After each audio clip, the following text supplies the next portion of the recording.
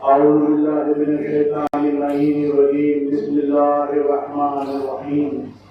الحمد لله رب العالمين. الصلاة والسلام على أشرف الأنبياء والمرسلين خاتم النبيين رحمة للعالمين أبو القاسم محمد.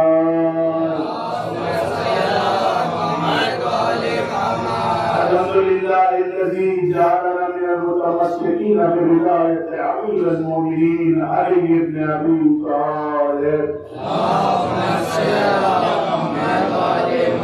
وعلى بيته الطيبين الطاهرين المعصومين المظلومين لعنة الله على أعدائهم أجمعين من اليوم عداوة إلى قيام يوم الدين. بسم الله الرحمن الرحيم.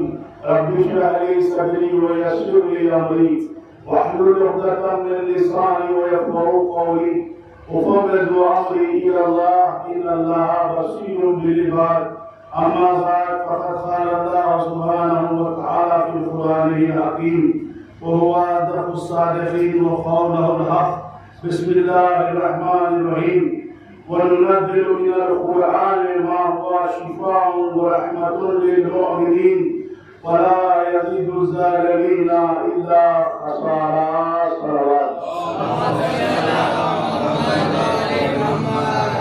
آپ حضرت کی خدمت میں جس آیت کریمہ کی تلاوت کا شرف حاصل کیا، یہ سورہ اسراء 17ویں سورہ کی 82ویں آیت، پھر اس میں پروردگار عالم ارشاد فرما رہا ہے کہ ہم نے قرآن مجید میں سب کچھ رحمت اور شفا کے لیے مومنین کے لیے نازل کیا، اور جو مومنین نہیں ہیں، کفار و مشرکین ہیں، ان کے لیے خسارے میں زیادتی ہے۔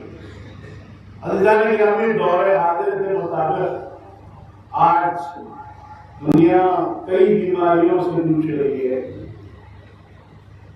مرض قلب تو اس طرح عام ہو چکا کہ معصوم بچوں میں بھی مرض قلب پایا جا رہا ہے، اور اسی وجہ سے میں نے انتخاب کیا اس آیت کریمہ کا کہ آپ تک کچھ پہنچا سکوں۔ قرآن مجید میں پروردگار نے ہر بیماری کا علاج رکھا ہے۔ مرض قلب کے لیے سورہ الم نشرح اپنے سینے پر ہاتھ رکھ کر دم کیا جائے تو جیسے سے جیسا کتنا ہی طاقتور ہارٹ اٹیک آئے، آپ اس سے نجات پا سکتے ہیں۔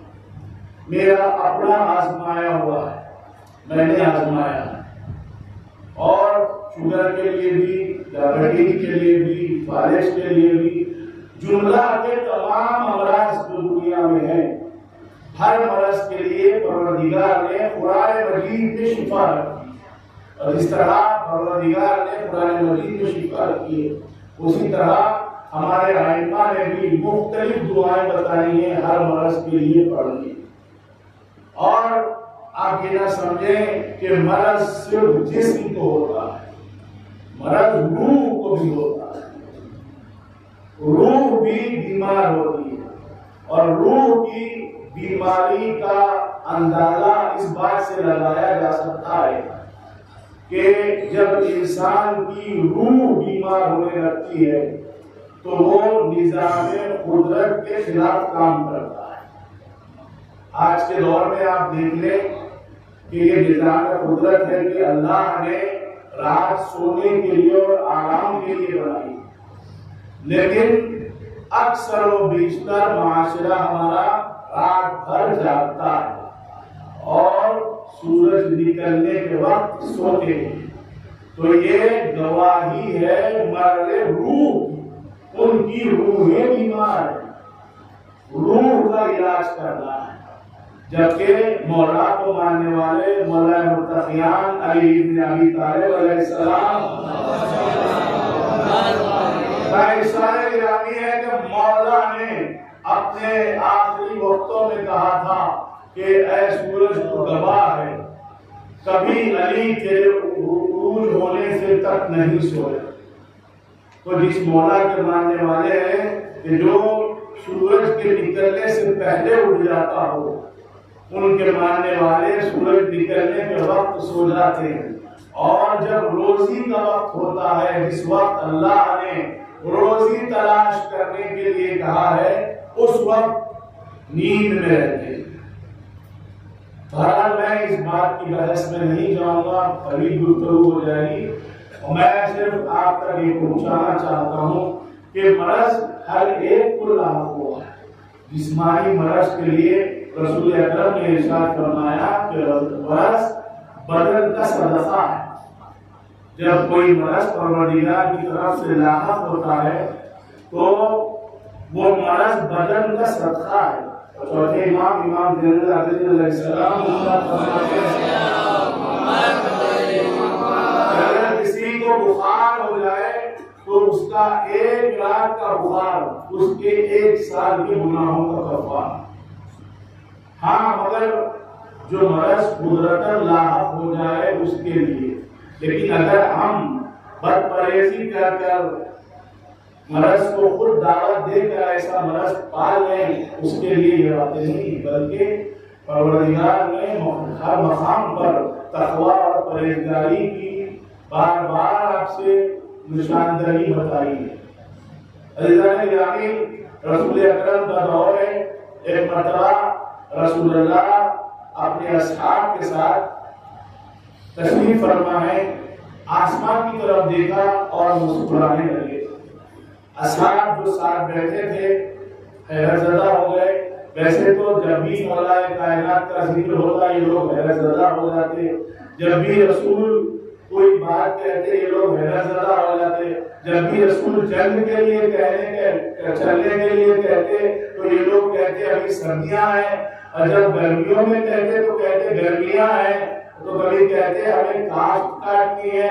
تو رسول اللہ سے کسی نے اپنی اس طرح سے رغبت نہیں رکھی جیسے ایمان والوں نے، مولائیوں نے، علی کے ماننے والوں نے رکھی۔ جس نے رسول کے ساتھ ساتھ علی کو مانا وہ کامیاب رہے، اور جو کامیاب رہے ان پر ہمارا سلام، اور یہ دعا ہے کہ اللہ ہمیں ان کے نقش قدم پر چلائے۔ تو رسول اللہ مسکرانے لگے۔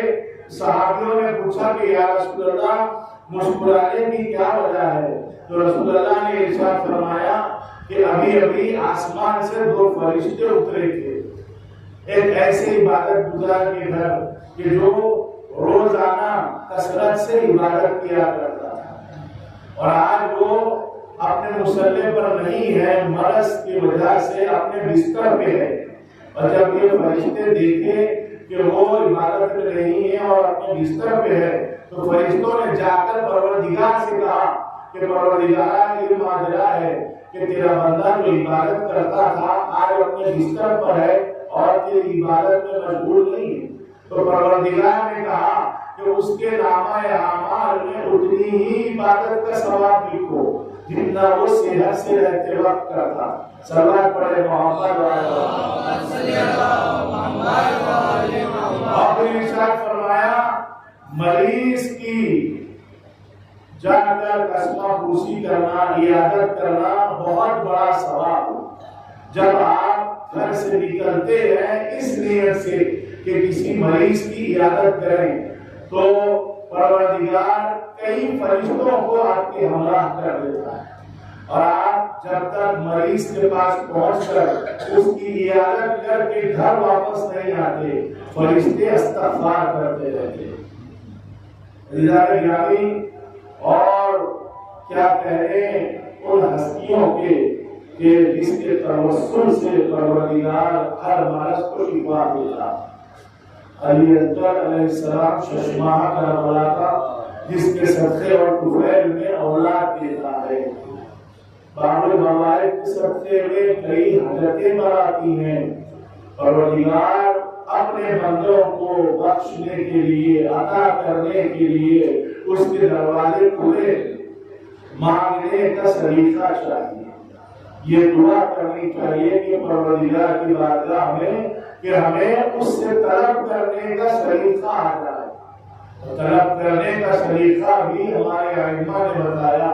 آپ دعائے قبیل پڑھتے ہیں تو کیا انداز ہے؟ دعائے کمیر میں پہلے پروردگار کی تعریف ہے، پھر اس کے بعد اپنے آپ کو انسان کس طرح حقیر سمجھنا چاہیے وہ جملے ہیں، اور پھر اس کے بعد اس سے مغفرت کی طلبی ہے۔ دعائے کمیر شفا ہے، دعائے جوش کبیر شفا ہے۔ اگر کسی کو نظر کے لیے بھی بہت زیادہ نظر کا تذکرہ بھی آیا ہے کہ ہر انسان کو نظر رکھتی ہے، ہر ایک کے لیے، ایک انسان کے لیے دوسرے انسان کی آنکھ خیر نہیں ہے۔ کیونکہ شیطان نے مہلت لی ہے، شیطان آپ کے جسم میں، آپ کے خون میں سراحت کرتا ہے، اس لیے ایک آدمی دوسرے کو دیکھ کر جلن اور حسد کرتا ہے جس سے نظر رکھتی ہے، اور نظر لگنے کے لیے جب کسی کو نظر لگ جائے تو اس کے لیے بھی حکم ہے کہ سورہ الاعراف 3 مرتبہ پڑھ کر اپنے اوپر پھوٹ لے۔ صلوات پڑھے محمد صلی اللہ علیہ وسلم۔ اور پھر عطا کا کیا کہنا؟ اگر دنیا یہ کہتی ہے کہ علم سے کیا مانتے ہو، حسین سے کیا مانتے ہو، پروردگار سے مانگو، جو کچھ دینے والا ہے اللہ دینے والا ہے، تو میں ان سے کہوں گا کہ تاریخ آ کر دیکھو کہ حسین نے راہب کو بیٹے عطا کیے تھے، اور وہی حسین آج بھی عطا کر رہا ہے۔ ایک واقعہ جو کل ہی میرے سامنے آیا، ہمارے شہر حیدرآباد کا واقعہ ہے کہ ایک خاتون تھی جو باہر کے ملک میں رہا کرتی تھی، جسے لوگوں نے کہا کہ تمہاری کوئی بھی پریشانی اور حل ہو، کوئی مشکل حل نہ ہو تو جا کر تبرک امام حسین کھا لو، اور نیت کر کے کھاؤ تو تمہاری وہ پریشانی دور ہو جائے گی۔ اور اس کی شادی ہو کر 8-10 سال گزر چکے تھے، اس سے بچہ نہیں تھا، تو یہ اس ملک سے حیدرآباد آئی اور پوچھتے ہوئے اس مقام پر پہنچی کہ جہاں تبرک تقسیم کیا جاتا ہے۔ لوگوں سے پوچھنے لگی کہ مجھے تھوڑا سا تبرک چاہیے۔ لوگوں نے کہا کہ اب تبرک باقی نہیں ہے، بچ چکا ہے، اس کے برتن دھل رہے۔ اس نے کہا مجھے اس مقام پر لے جاؤ جہاں تبرک کے برتن دھل رہے ہیں۔ وہاں اسے لے جایا گیا تو اس نے اس دیگ سے تھوڑا سا تبرک نیت کے ساتھ چھک لیا اور چلی گئی۔ جب پھر اگلا سال آیا، آئندہ محرم وہ پھر آئی، اور جب وہ آئی تھی تو اس کے گود میں ایک کمسن بچہ تھا۔ آ کر وہاں کہنے لگی لوگوں سے کہ مجھے کہا گیا تھا کہ تبرک منت کر کے کھاؤ تو اولاد ہوگی، دیکھو حسین نے مجھے اولاد دی ہے، اور آج پھر میں تبرک کے لیے آئی ہوں۔ ایسا عطا کرنے والا ہے حسین، اور حسین کا بھائی باب الحوائج ابوالفضل عباس کیا کہنے اس عطا کے جس کے لیے شاعر نے کہا کہ حیران جو ہم پر کرم تازہ ہے، اس کو لطف عطا کا اندازہ ہے، شبیر اگر ہے شہر الطاف و کرم، عباس علی شہر کا دروازہ ہے۔ باب الحوائج ابوالفضل عباس زائرین کے محافظ، زائرین کے لیے ابوالفضل عباس آج بھی عباس زائرین کے محافظ ہے۔ کئی واقعات گزرے ہیں سفر کربلا میں جو لوگوں کے ساتھ پیش آئے، کئی واقعات ہے کہ اس کی کوئی مثل نظیر نہیں ہوتی۔ کوئی ایسا دنیا میں مذہب نہیں ہے کہ جس میں اتنی متفرق چیزیں پائی جاتی ہوں جو کہ اس اسلام کو حسین نے اپنا خون دیا ہے، اس اسلام کو حسین نے اپنے کریئر جوان کا خون دیا ہے، جو ہم شبیہ پیغمبر تھا۔ حسین نے اس اسلام کو اپنے بانو برابر کے بھائی ابوالفضل عباس کے ہاتھ دیے ہیں۔ حسین پر کبھی بھارت حکومت نہ آیا، مگر جب